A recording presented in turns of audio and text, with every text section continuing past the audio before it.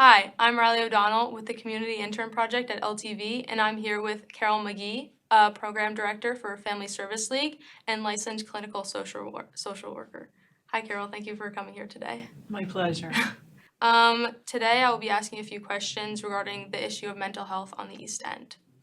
So to start, can you describe what your field of work entails and what kind of motivated you to enter into this field of work?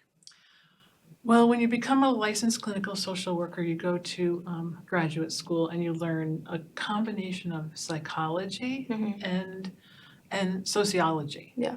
So you learn to understand a person within their environment and all of the things that feed into that. Their culture, their ethnicity, their physical environment, their socio-economic environment, and then we learn to work with people based on that. And I entered the field about 27 years ago, and I love it. Yeah, thank you. Then I understand that Family Service League plays a prominent role in Long Island. What are some of the specific services that Family Service League provides to families and individuals on the East End? Well, here in East Hampton, we have a mental health clinic. There are clinics in Riverhead, Mattituck, Central Islip, Bayshore, Mastic Shirley, and Huntington. And in some of the clinics, like the one in Riverhead and in Central Islip, there's also a family recovery center to work with individuals with substance use disorders. Family Service League also has a wide variety of other programs.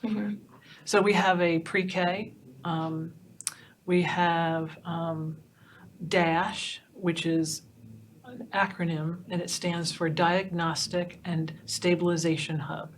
It's located in Hauppauge, but the police departments out here on the East End have been trained to interact with and cooperate with a social worker that is in DASH in Hauppauge, so that if they're called to a home and someone is in distress, they don't have to make the clinical decision, which they're not really trained to do. Yeah. They can contact a licensed clinical social worker out of DASH and say, can you please interact with this person who's in distress? So they do telehealth right there and then in the person's home, and then they can make a decision about what they should do next. They can be transported to DASH instead of going to the hospital, which is a much, for lack of a better word, kinder and gentler way to interface with the mental health.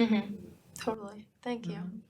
Then the importance and acknowledgement of mental health has definitely grown over the years, especially since COVID. Can you please talk about what you've seen regarding the mental health in teens, kids, adults over the past 3 years since COVID? Oh, well, the level of anxiety and depression has more than tripled. There was so much isolation, which of course feeds right into depression. Definitely.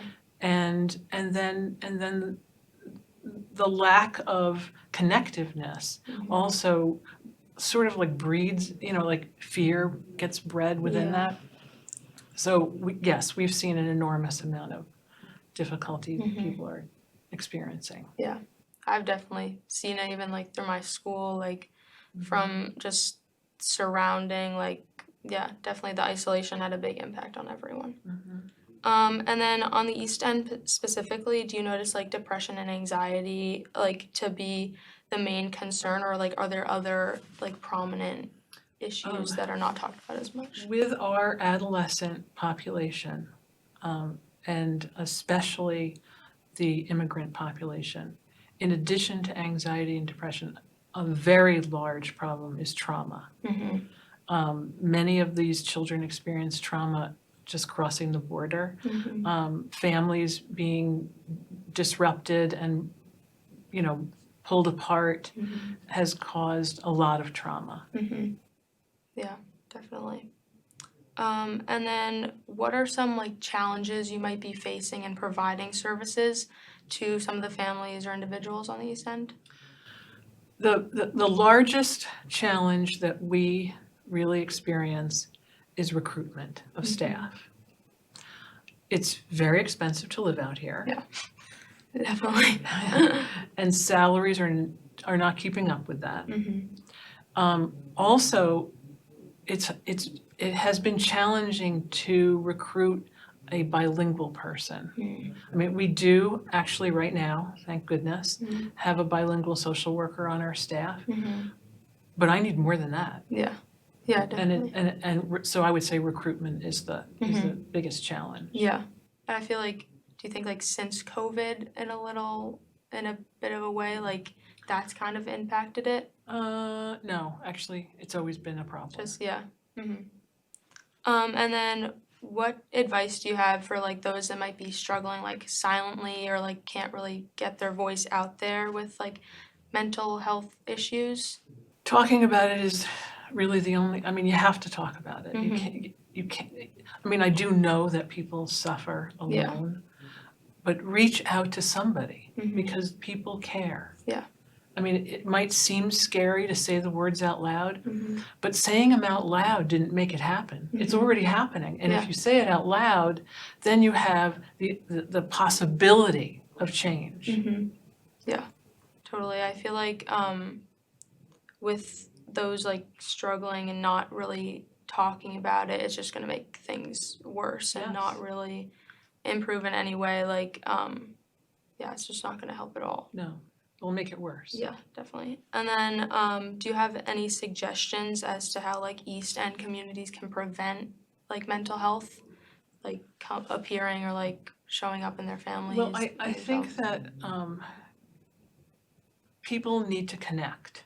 Families need to connect with other families. I know that in East Hampton there's the Y, and that's a wonderful thing. Yeah.